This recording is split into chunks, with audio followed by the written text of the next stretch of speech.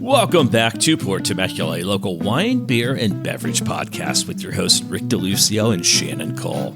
In this episode, I'm sitting down with Ryan and Katie Shumacher, the husband and wife team behind Shumacher Wines in the hills of La Cresta. Their boutique label was born from a passion for crafting small lot, high-quality wines. We'll talk about what it takes to launch a wine business, their vision for quality, and how they're carving out their place in Temecula's wine scene. All right, welcome back. We have Shannon back this week. She kind of ran into a wall or something, so she had to take some time off, let her head recover a little bit, but we're glad to have her back. Now, before we dive into my interview with Ryan and Katie Shumacher about their new winery, I figured we would talk a little bit about what we've been drinking. So now that your head's all recovered and you're allowed to drink, you didn't have to. Did you have to sit in a dark room for a week and with no sound and no light? So yeah, you're not supposed. I had a concussion, for those of you who don't know, and you're not supposed to look at screens. And so I couldn't watch TV. I couldn't look at my phone. So actually, what I did was I went back and I listened to all of our podcast episodes. Did it get you away from your kids too? So was it like a blessing in disguise? It did, and they were actually so sweet. They would come over and bring me ice packs and tell me like, "I hope you feel better," and then they would leave. And so, shout out to my husband for solo parenting for a few days. Yeah, that's amazing. I don't think my kids would do that for me. They'd probably throw me a bottle of water and from 20 feet away. Here you go. As it explodes all over me. Yeah. Thanks, guys. But yeah, now that I can actually think and partake in life again, I've had a few fun things that have been going on. I recently did a Chenin Blanc wine night at my house. We did a blind tasting of 4 different Chenin Blancs from around the world. And I was actually really happy because the wine that originally made me like white wine was a Chenin Blanc from South Africa. And I was able to get their newer vintage for my wine dinner. And it won by a lot. A lot of people loved it. I think I saw pictures. Was it Moulinet? No, it was In Pieces by Thistle and Weed. Okay. Yeah, very small little natural winery down there, but it was delicious. I thought it was delicious. I feel validated that everybody else liked it. So did you have a Loire Valley in there? We did Loire Valley. We did California from Louis D up in Santa Ynez.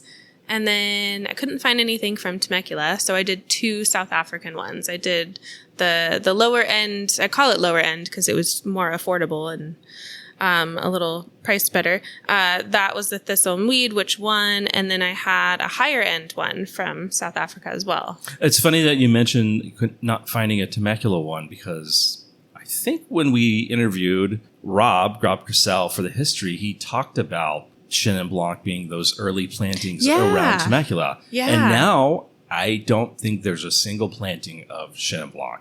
Maybe there is. Somebody let us know or do it and tell us. I can't think of anybody that produces a Chenin Blanc. No, I don't think I've seen it on a menu even from grapes outside of the area. So either it just didn't sell, or we moved on, or it's prone to what am I trying to think of? The glassy ring. Oh, the sharpshooter. Pierce's disease. Pierce's, yeah. So maybe it just went away when Pierce's disease kind of wiped out the vines in the area. Yeah. All right. Anything else? Yes, actually, this month, August, is Chillable Wine theme for Two Travelers Wine Club, and I have picked out actually a really, really amazing white wine.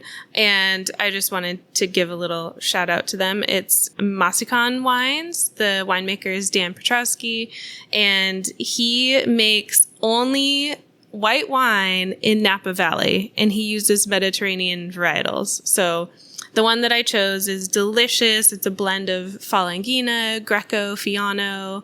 I just fell in love with his wines when I tasted them. And then I also learned he has a wine pairing cookbook now, which is super cool. He kind of seems like the male version of me, obsessed with Italy.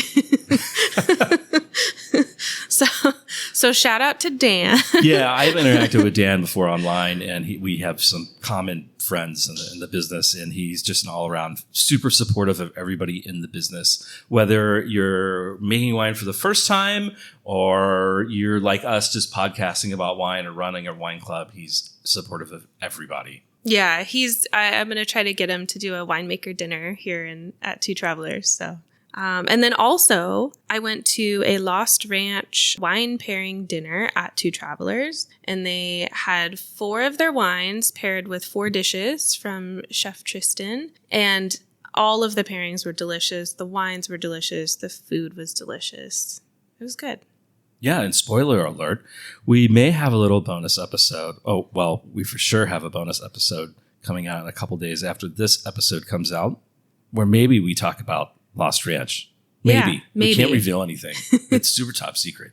What about you? So, well, you didn't mention you and I went to the Corbeau Natural Wine Night. We won't talk about that too much because we're saving that for an entirely different upcoming episode. So we'll dive into more about that. But it was pretty good. It was a nice sort of introduction to all the producers, which unfortunately aren't very many that would call themselves natural wine producers in Temecula, but gave you a little preview of what they're doing and some availability to talk to the different winemakers or different winery representatives. And there were definitely, for me, a couple outstanding wines from that event that we'll talk about.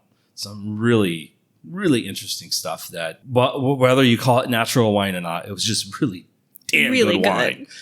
Damn good wine. But I think it's worth mentioning that we have a couple new places in Temecula. The first one is Alex, which is by Poggio Liano. And if you're, in Instagram or social media, you might have seen all these like really colorful umbrellas. I think they're umbrellas, right? That kind of decorate the kind of pathway from the parking lot to the actual tasting building. It's a really neat thing and kind of stands out, I think, not everybody has this colorful approach to wine in this area, so it's nice to see somebody doing something different. I haven't gone there yet, but I probably will in the next couple weeks. I drove by it. I could see all of the umbrellas from the road. It was really cute. Same. So that's worth checking out. Also, really, really new, like as in a couple days ago, a couple months ago, or maybe like a year ago now, the people who own Somerset bought Bella Vista. And as part of that, they've kind of been redoing it.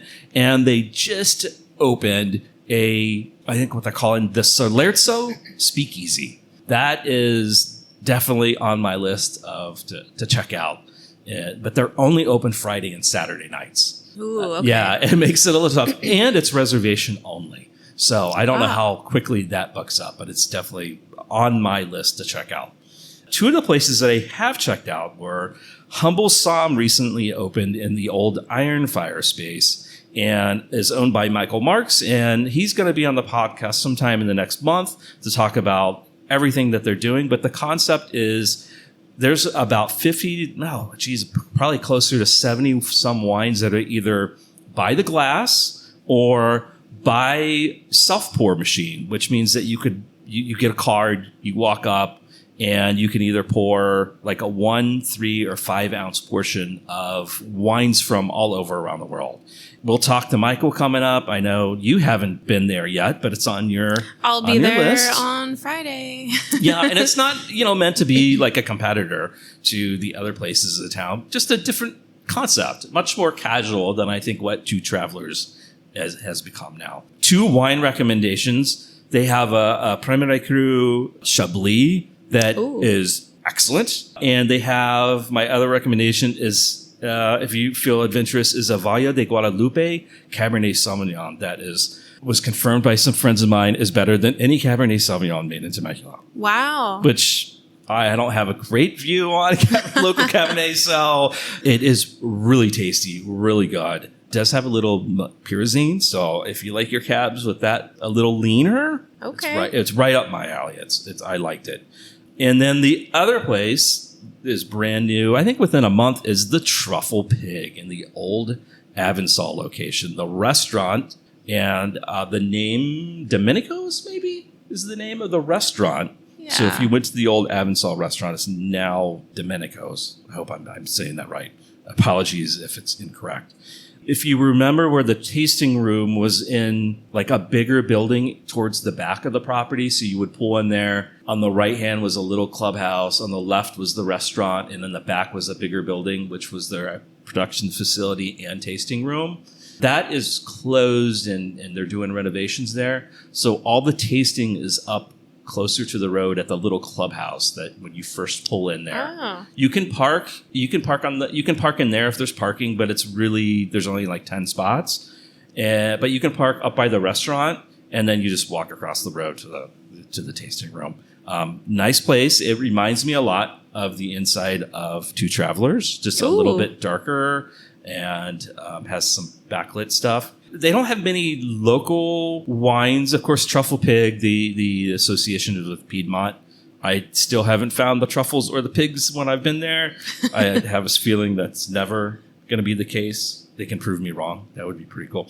They have a lot of, I would say, sourced wines or sourced grapes that they've then bottled and put under their Truffle Pig kind of label. And for me personally, the two whites, the standout whites were a Chenin Blanc, which I'm not sure where it came from, which was pretty tasty. And then my recommendation would be the Arnaise, which was actually a Temecula Valley Arnaise. And that was pretty good. Nice. And then from the red side, I was very disappointed with the Nebbiolo, which was a California version of Nebbiolo. I just did not care for it, or the Grenache. I just didn't care for either. But the Market Red, which is essentially a table wine blend of Sangiovese and Barbera, I think it was the most drinkable wine there. It was pretty tasty. You could definitely see how you plop that on the table, and that's your spaghetti red. It's your midweek red, and it's for a Temecula red wine was only like $25. Oh, wow. And that's without being a club member. Do you want to give a little, because now we're going to talk about the Shumachers, and they are friends of yours. Yes. And after we did the Vito Lafata episode, which is way like months, it was like half a year away that we recorded that and released that. It seems hard to believe now.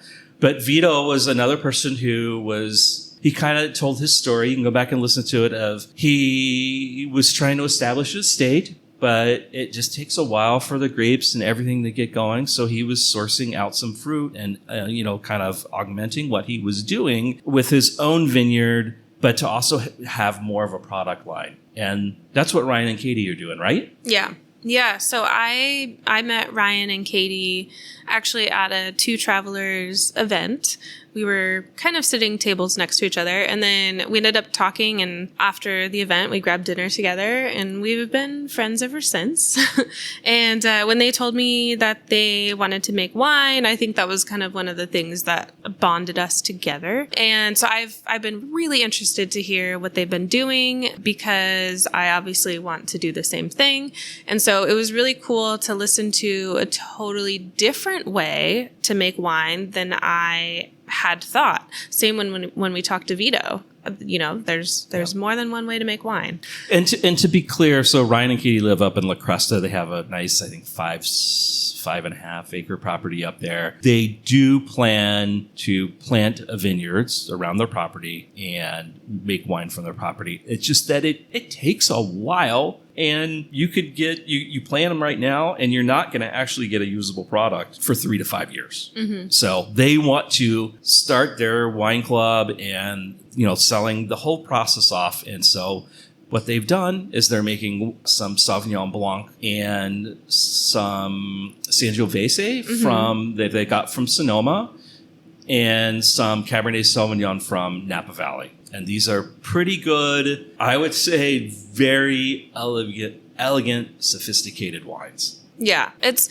one of those things where when your friends have something that they've made and they want you to try it, I was a little bit nervous because I thought, oh my gosh, what if I don't like it? This is going to be so awkward. But I will say I was very impressed and actually really did like all three of their wines. I agree. I was also, they kind of put me on the spot, not as we're recording, as what's going to hear coming up, but afterwards. And they wanted my feedback, and my feedback was all positive. It was really good. The Cabernet Sauvignon, is a little pricey. It is on the kind of premium, ultra premium side of pricing, but it is totally worth it. I mean, that is what you want from a Napa Valley Cabernet Sauvignon, in my opinion. Yep. Yeah.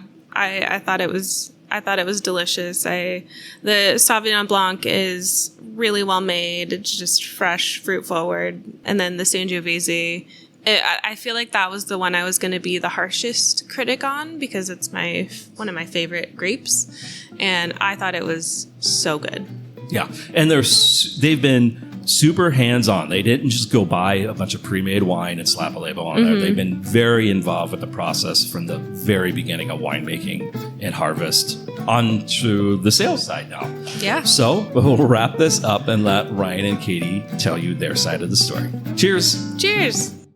Shannon and I are excited to welcome Ryan and Katie Shumacher of Shumacher Wines in La Crusta to question them about their journey creating a boutique wine business, which is rather unusual, or not so much unusual for Temecula in our area, but I think their model is unusual, and they're going to talk about that. Later this month, they are having a special event at Two Travelers Wine Bar in Temecula to launch their winery. Ryan, Katie, if you don't mind, can you introduce yourselves to our listeners and start off with some details about that launch event? And we'll follow it back up. We'll reiterate it at the end for everybody.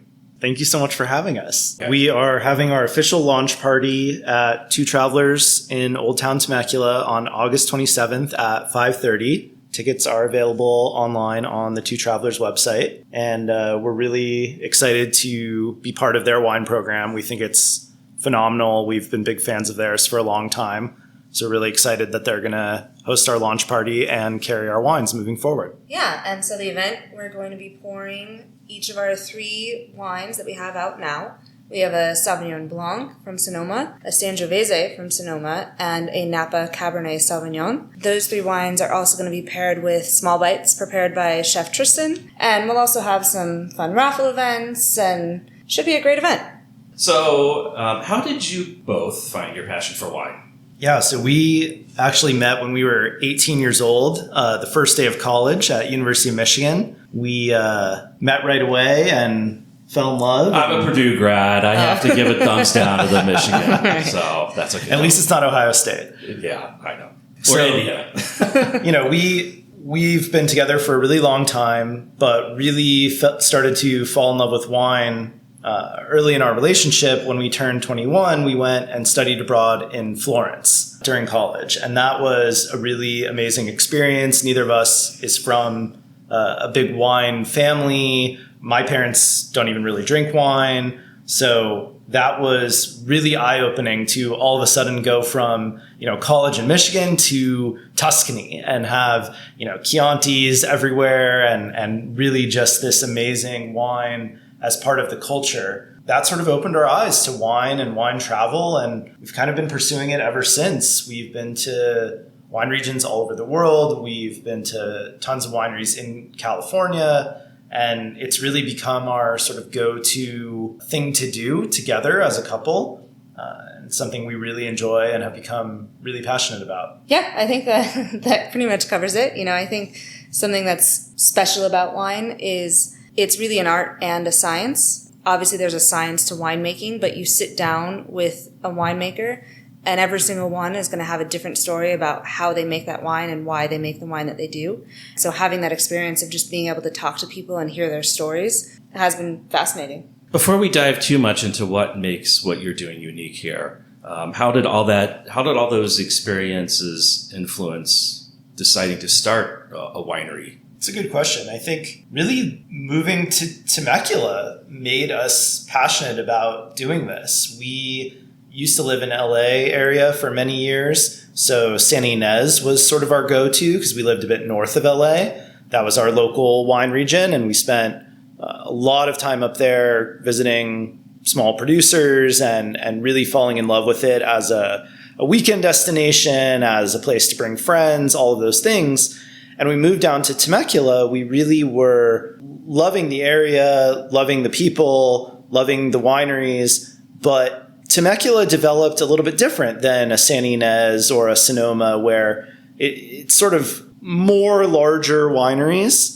Obviously not necessarily large, like a huge Napa winery or a place that exports a lot, but, sizable tasting rooms, places with a decent amount of staff, space for a lot of people. And we weren't really used to that. We were used to more of the kind of hole in the wall, little tasting rooms where maybe you get the winemaker working a couple days a week. You're pretty much always talking to the owner or the sole staff member. And that was really how we fell in love with wine, both internationally and throughout California. And so it was something that we wanted to bring to the table in Temecula. And we're seeing several other people doing that now, which is really exciting. What was the most important factors in creating your own brand identity in the winery space? Yeah, so to tie into Ryan's point, I think what we always really appreciated about going to some of these smaller wineries is being able to talk to the winemaker, hear their stories, understand what they wanted to do. And that really opened up a whole new level of understanding and connection to wine for us. Going to a beautiful estate vineyard is a great experience. I mean, you can't deny that. But that was something that we got a lot out of, and we felt like we wanted to share that type of wine experience with people in this community, because I think it's such a welcoming community here. You have so many people from San Diego, from LA. You have people who are just excited about the wine region. I think there's a great opportunity to try and share a little bit more of that small one-on-one personal connection and story of what we're doing with this wine, and, why we made these varietals, why we bought grapes from specific vineyards, what's special about it, and bringing people into that experience. Yeah, so I think really the educational component, if I was going to distill it into one term, we love when we go to a winery and we learn a lot. Having the people who really know their craft and are passionate about it and can talk about that. And we see that in Temecula, and we see that throughout California and the world. But for us, that's the best part. And I'll also add, I think once we decided we wanted to make our own wine, I would say one of our top priorities is we wanted to make the best wine that we could make, right? So starting there, wine first, highest quality wine we can produce. How do we go about doing that? So I kind of hinted at you have a more unique model than many of the other wineries here in Temecula. Maybe you could expand on what makes unique, what makes your model unique versus starting your own estate vineyard, doing all the work that's involved there, and then, bottling wine, or buying a private label or buying Shiner wine. So just like, what is, I think people will probably be curious, because when you talked about your wines at the beginning, you didn't mention Temecula at all. Yeah, so I think there's a few things that make us unique. Obviously, this is the start of our journey, so there's going to be a lot of different aspects as we progress. We're absolutely going to be planting estate vineyards here in La Cresta. We're already exploring collaborations with different vineyards and wineries here in Temecula. We're super big fans of Temecula. We live here. We love living here. So that's definitely something that we're working toward. The way we started is a little bit unique in that we looked at winemaking facilities kind of first. Obviously, we'd been to a lot of wineries and a lot of vineyards and things like that, but we really wanted to see where were we going to make this small quantity of wine to start out. And Southern California really didn't have the developed infrastructure to do that. Most places, either they make the wine and then you can buy essentially a finished product, or they have quite a high minimum quantity before you can come in and use their equipment and start influencing the process. Northern California, on the other hand, we were surprised, has a much more developed industry around wine. I think a lot of people know, a lot of the sort of wine services businesses are up there, cooperages and things of that nature. They were very used to this concept. There were several places that really have more custom crush built out, that really specialize in helping boutique wineries get off the ground, support for creating your own label and all those types of services that you're going to need. And so obviously that was not our first choice from a location perspective, but it's ended up being really a blessing in disguise because it's really enabled us to develop an appreciation for Napa and Sonoma, which I think are really key components of just the California wine industry and the world wine industry overall. And also to bring back that knowledge home and constantly be comparing our experience in Santa Barbara, our experience in Italy, our experience in Napa, and our experience in Temecula, and learning from each and kind of combining the best of everything. And so when we toured different facilities, it was clear what we wanted to do. The places that we looked at in Napa and that we ended up going with was the best place for starting small, but high quality. And that's what we decided to do. But as we learn, we're going to bring more and more of that local, more and more of that in-house. But this really came from the advice that we got from a lot of local winemakers who talked about kind of backing into the vineyard process by starting with the winemaking. And so we really took that to heart. And we had a lot of people say like, oh, I planted a vineyard and then I really didn't know what to do with it or where I was going with this or what wine I wanted to make 10 years from now. Now I was just stuck with what I planted and I wish that I had done something different. We're taking that advice. We're learning about the winemaking from established facilities, established vineyards, so that when we get to our own, hopefully we're going to be able to maintain that standard that we're starting with. And to tie into my earlier point, when we started this, when we said we're making our own wine, one of our top priorities, maybe our top priority, was we want to make the best wine we can make. And I think in order to do that, there's a lot of variables that have to be controlled. It's not that hard to make wine, but to make really excellent wine is very challenging. And especially on the scale that we're starting with, we're starting really small. We want to grow and we're excited to grow, but we wanted to start small but keep our standards high. And so then it became very important to find a place that had access to all of these different types of equipment and really stringent storage protocols, really stringent cleaning regimens, that would let us make the decisions that we wanted to make because ultimately, right, we are trying to grow and bring more of it home. And so we need to understand that process. And it was important for us to be involved in that process.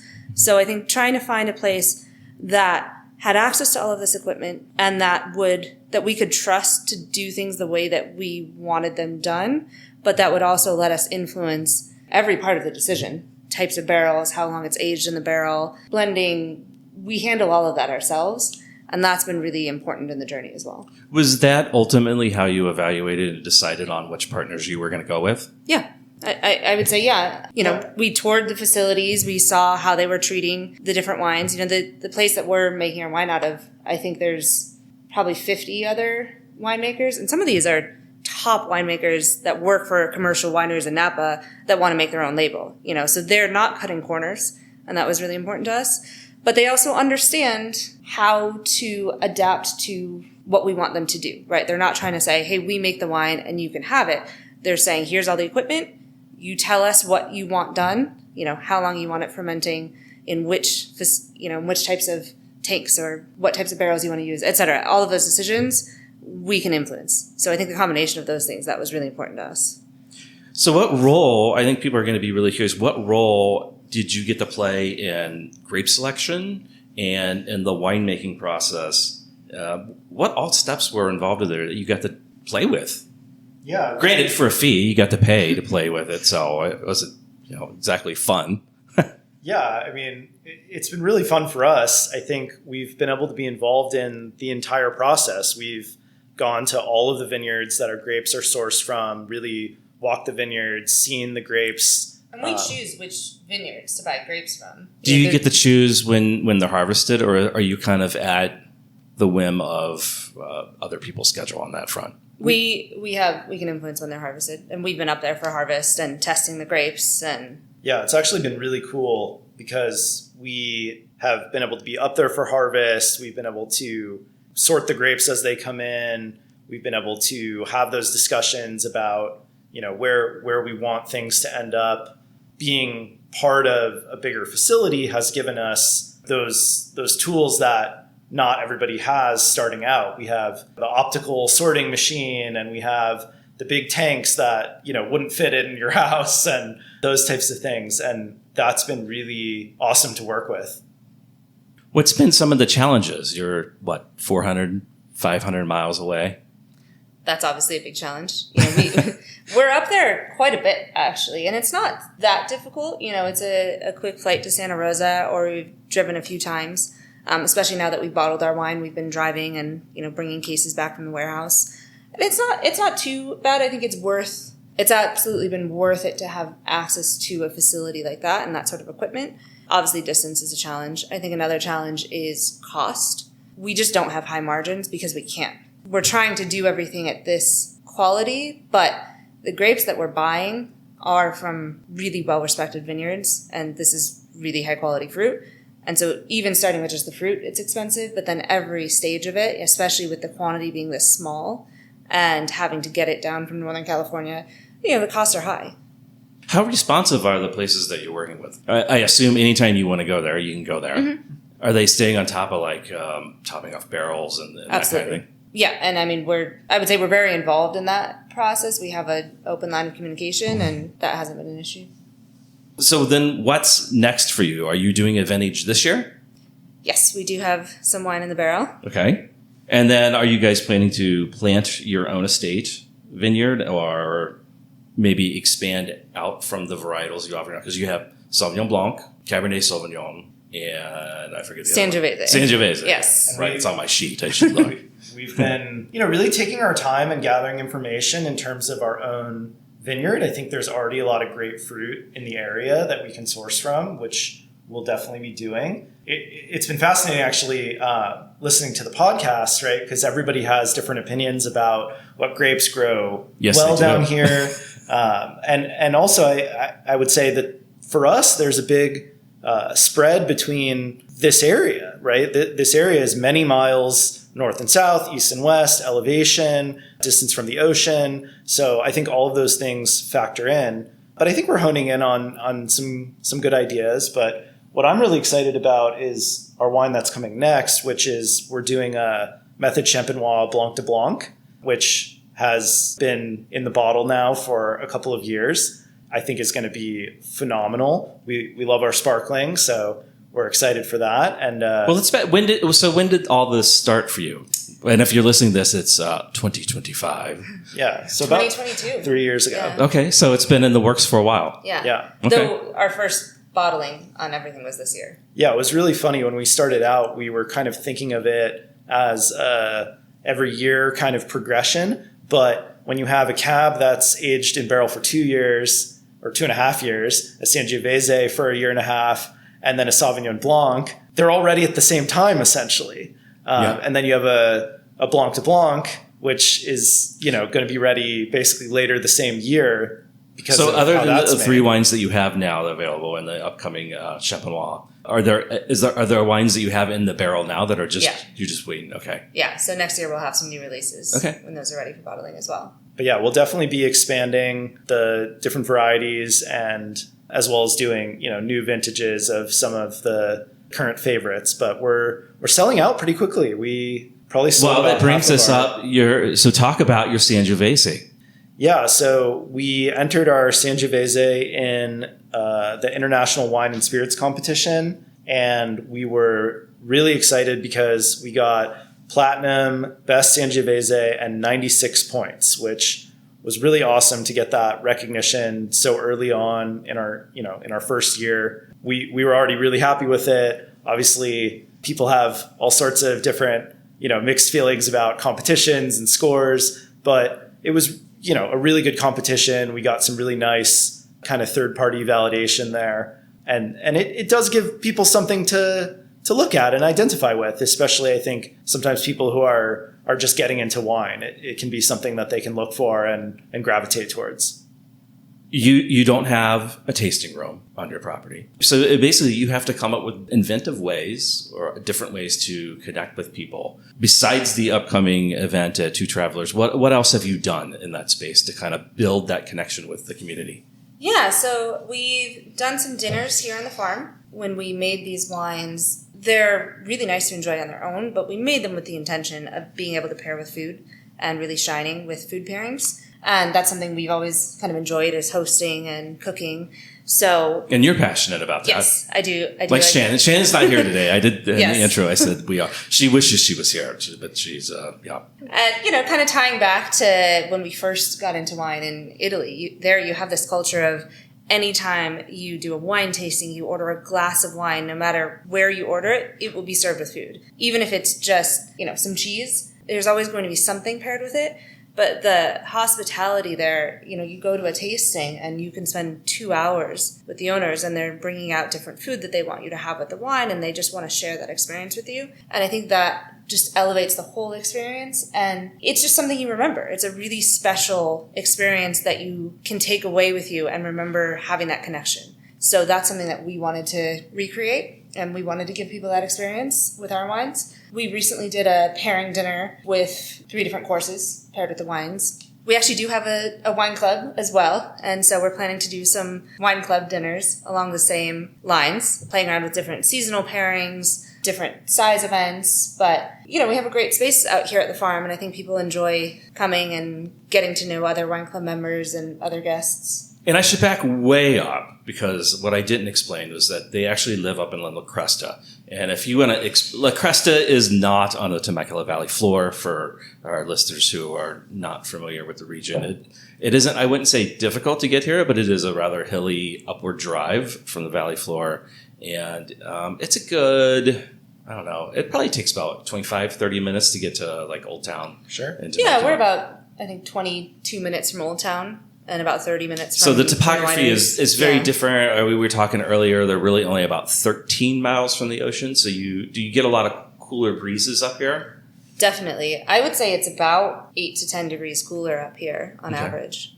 Yeah, And- at least, sometimes even more. And then I know from there is this area is a little bit different. There's like a rocky volcanic formation that's up here that kind of made the plateau. Yeah, it's really rocky. We really fell in love with this area via La Cresta. It's a really unique community to be up on a plateau closer to the ocean, but there's no roads that go through to the ocean. So it stayed at 5-acre minimums in terms of development.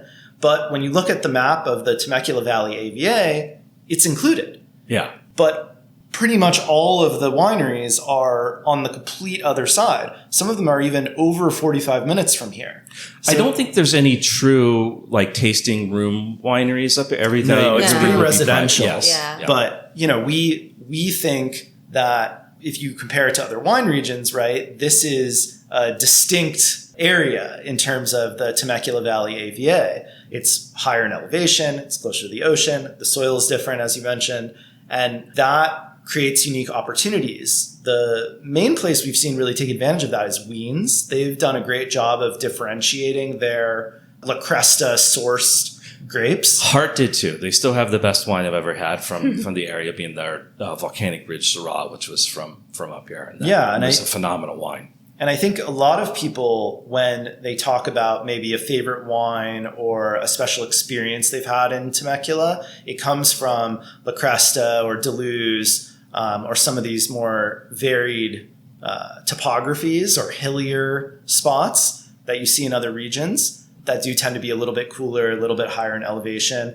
And that's something we've actually gravitated towards in our vineyard selection as well. When we go up to Napa and Sonoma, when we used to spend a lot of time in Santa Barbara, we would see the same thing, right? The hills, the mountains, the rocks. And I think that makes for really cool wine. And it's something that we want to continue to focus on here. Can you talk a little bit more about where you're sourcing your vineyards?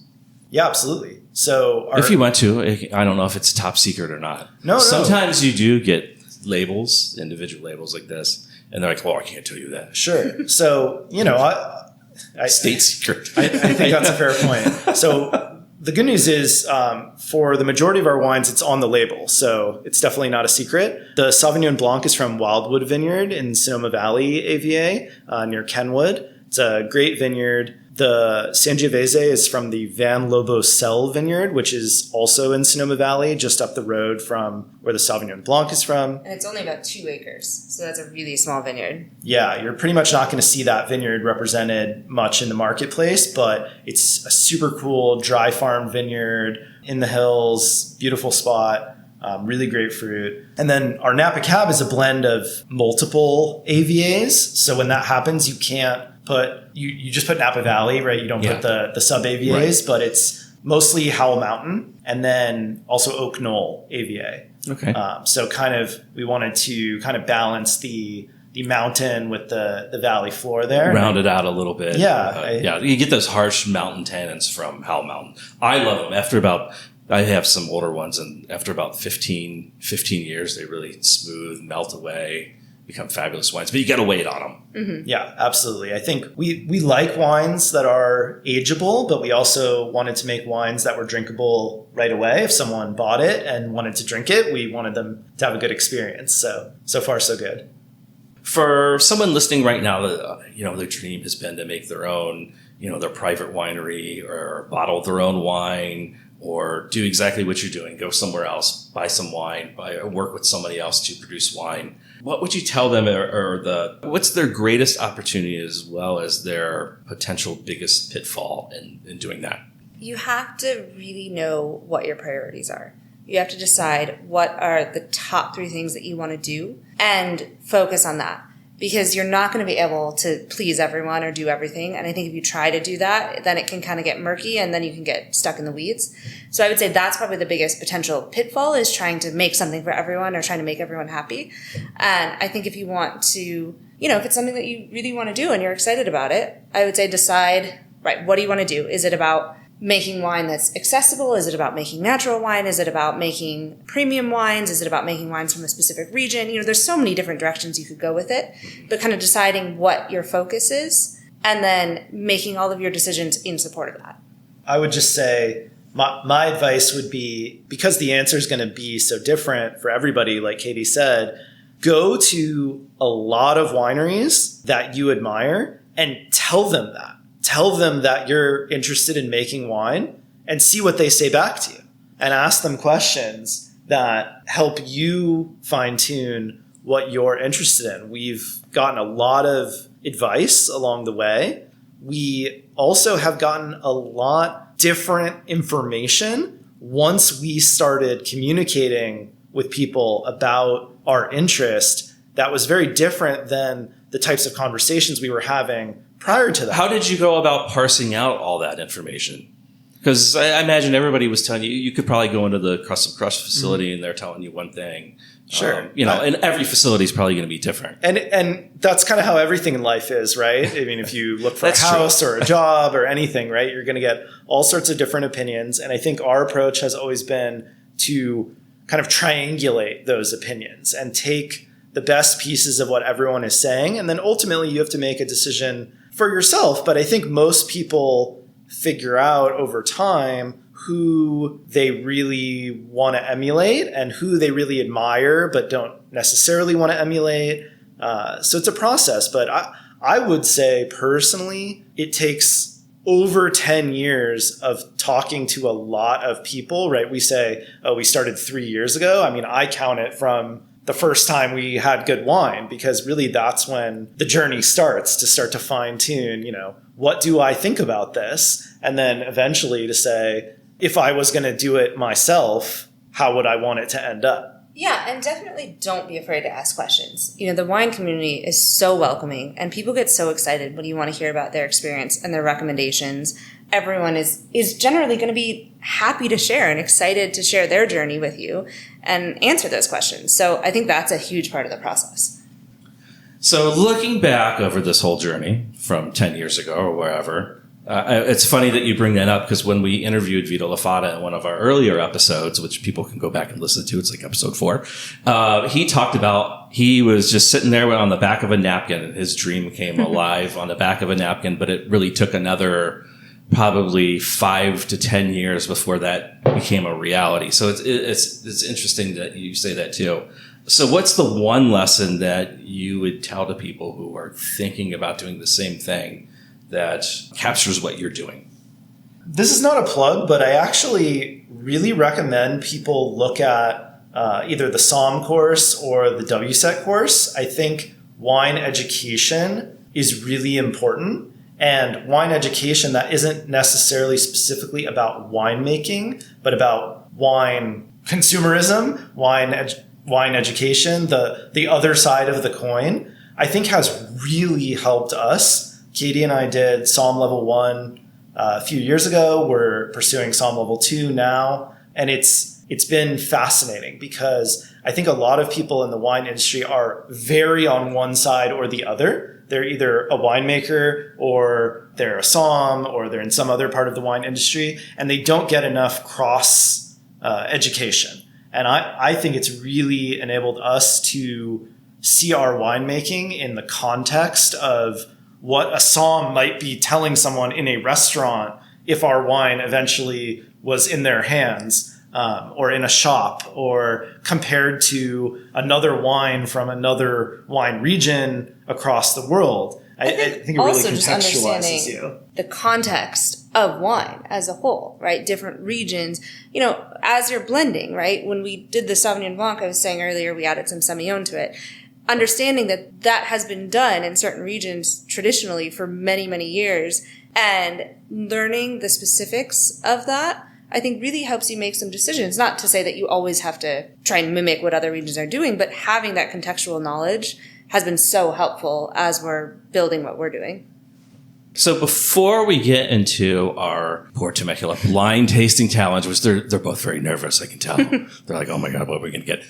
What do you want to plug? Where can people find your wine? You briefly mentioned restaurants there, and we didn't talk about on-premise at all, but is on-premise part of the plan? And give another shout out for whatever you want to. Yeah, so I think right now, while we're really small, it's a great time to just contact us directly if you're interested. You can find us on social media or on our website at shumacherwines.com. We'd be happy to, put together a tasting or a dinner and just have a conversation.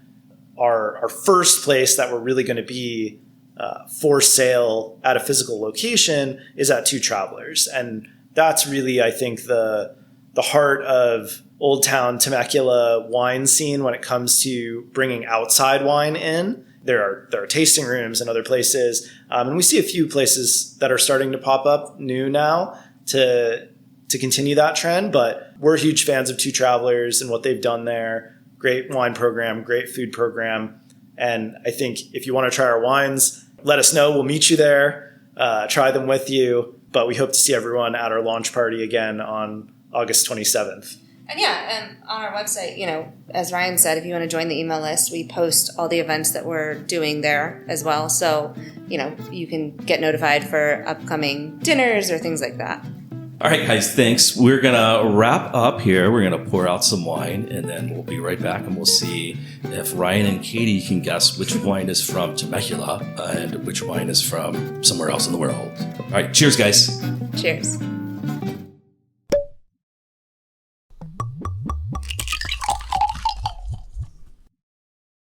All right, we are back with Ryan and Katie Shumacher of Shumacher Wines, and they are taking the Pour Temecula challenge. So they each have 2 red wines. They are both of the same varietal. One is from Temecula and one is from somewhere else in the world. And I will throw it over to whoever wants to talk first and just describe them in any way that you want to, that you're comfortable with.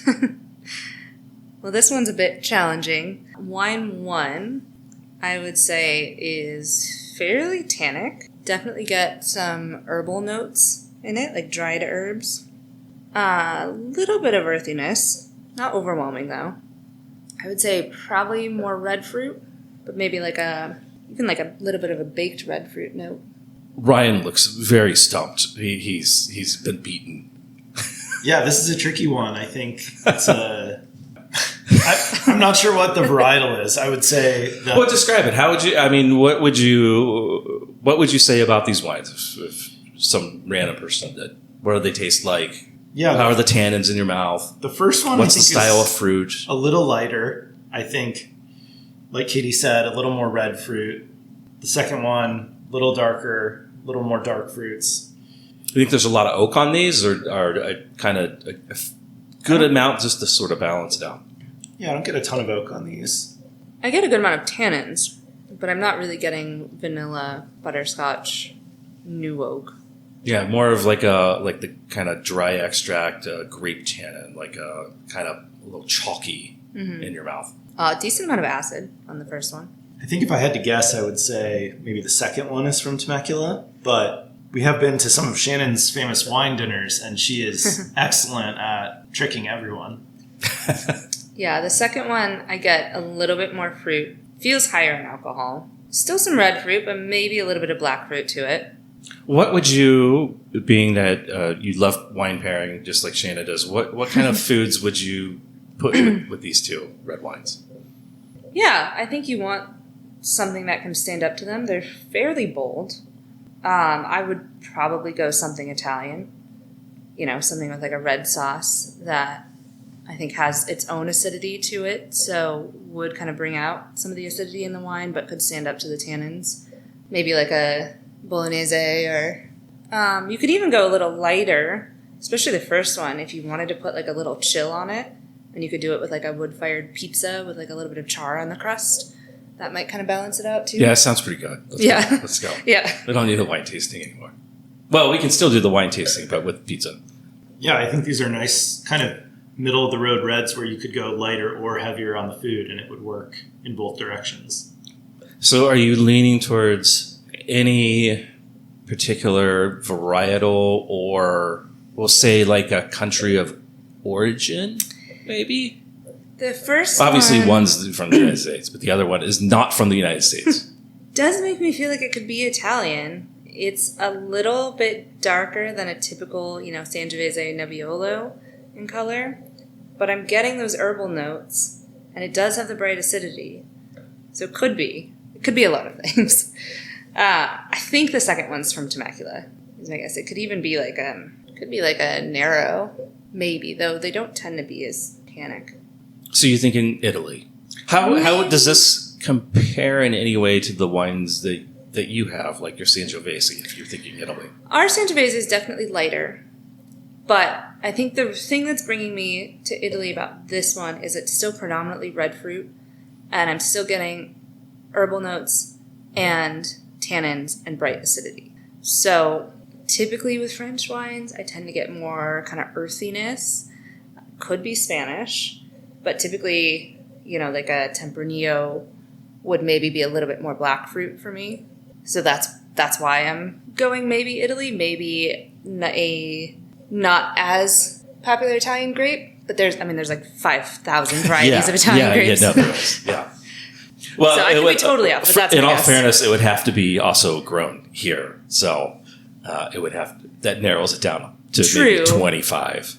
Though you're seeing a lot more experimentation now with different Italian varieties here. There's quite a few popping up. Yeah, we plan an episode on some of those more unknown varietals. Cougar is probably the leader in bringing some of these really. They have a varietal I had never even heard of before that they're serving now. So I'm really curious, of course. But yeah, there's quite a few Italian varietals in Temecula, and I'll say I haven't tried them all, so I'm not as familiar with all of them. But I know there's an Aglianico. I think there's a Nero d'Avola. There's a Nerello Mascalese. Primitiva, which is a Zinfandel, but it's a little bit different. All kind of. I could be totally off, but that's my guess. What are you thinking, Ryan? Final answer. Which one? Okay, well, we'll just keep it super simple. Which one's from Temecula? Which one's from somewhere else? Yeah, so we think number 2 is from Temecula, but then reverse psychology would indicate that number 1 is from Temecula. That being said, it's interesting. Number 1 sort of gave me almost like Gamay vibes at the beginning, but I think number 2, as it's opening up a bit, does give me a little bit more of a Sangiovese feel. I don't know where that leaves us, but I'm going to say Sangiovese, and number 2 is from Temecula, but these are quite different from our Sangiovese. So that's, I think, part of what is throwing us off a little bit. Okay, are you ready? Yes. All right. So you would be almost right on the varietal. You said it, but you're definitely wrong on the locations. I'll grab the wines real quick here. So the grapes, so this is Nero d'Avola. So you were right on the right track there. However, the first wine is from Joseph Wien's Lost Ranch Winery. This might be from source. This is the Lucen family vineyard. I'm not sure where that is at. I think it is in Duluth, so it's not too far from where you guys are at. And then the second wine is from Sicily. It's also a Nero. It's Saia. I hope I'm saying that right. Saia, and it's you can't get a whole lot of higher quality Nero in the area. There's just not a lot available. I guess it's smaller production. And this one was pretty good, I think. So they were both good. You know, I think we said at the beginning, it wasn't an obvious split between the two, but I like this one, and I like Joe's wines. You know, I think he's making some exciting different blends. And let's see, the first one is 14.1% alcohol. I don't think it tastes like it though. It doesn't taste that big. The second one is 14%. Okay. I think I'm too old to read the numbers on there. It's at the very back, the bottom. Yeah, I think this is a great example of what you can do here in Temecula. Lost Ranch is doing some great wines. Nero is a more underrepresented Italian varietal, but I think is coming stronger in this area due to having a similar climate. Made by Light is also doing some Nero up this way. I think they're the same vineyard. It's the Lucen vineyard. Oh, you're right. And that's more closer to the Pacific Ocean, I think. Yeah, that's right. That's right. Yeah, and I think that's where you're getting that acidity and brightness from. It's nice. So, of course, we have to wrap this up, and we have to ask you guys, I know you've been planning your answers out, but what are you going to have with In-N-Outs? So the first time I heard the podcast, we thought of this and kind of looked at each other. And my answer is I've got to go champagne, because I think anything fried, French fries, it's such a nice pairing. And actually at Two Travelers, they did a champagne event, and one of the pairings was with smash burgers. And it had never occurred to me to pair a burger with champagne, and it was such a nice pairing because you had the brioche from the bun, and then you had the fattiness of the burger, but it was just cut with the acidity from the sparkling wine. So that's my call. Right. Yeah, I guess I'll be a little bit different than previous answers, and I'm going to be a little bit controversial and say Pinot Noir. I think a lot of people have, either said sparkling or a darker red, but I'm a huge Pinot fan, and I think it's really versatile and can stand up to even something like a burger, depending on where it's from. But I think Pinot Noir is a great option. Would you lean more New World than Burgundian? Yeah, I think like Santa Rita Hills, Sonoma. Mm-hmm. All right, there you go. You want to drop another reminder for people when the event is and how they can find you? Yes, it's August 27th. So Wednesday at 5:30 p.m. at Two Travelers in Old Town. And tickets are on the Two Travelers website. Anything you want to add? No, just check us out on social media at Shumacher Wines and our website, shumacherwines.com. And just want to say how great it was to be on the podcast. We're huge fans of the podcast and what you guys are doing for Temecula. Well, thank you guys. Cheers. Thanks again for joining us on the Pour Temecula podcast with Ryan and Katie Shumacher. Make sure you check out their wines. And as Shannon and I teased in the intro to this episode, we do review the Lost Ranch Winery Nero d'Avola on the upcoming Wine Review podcast. So check it out. If you enjoyed this episode, be sure to subscribe to Pour Temecula and leave us a review. It really helps keep the conversation flowing. Follow us on social media for behind-the-scenes content and updates on upcoming guests. Until next time, keep exploring, keep sipping, and cheers.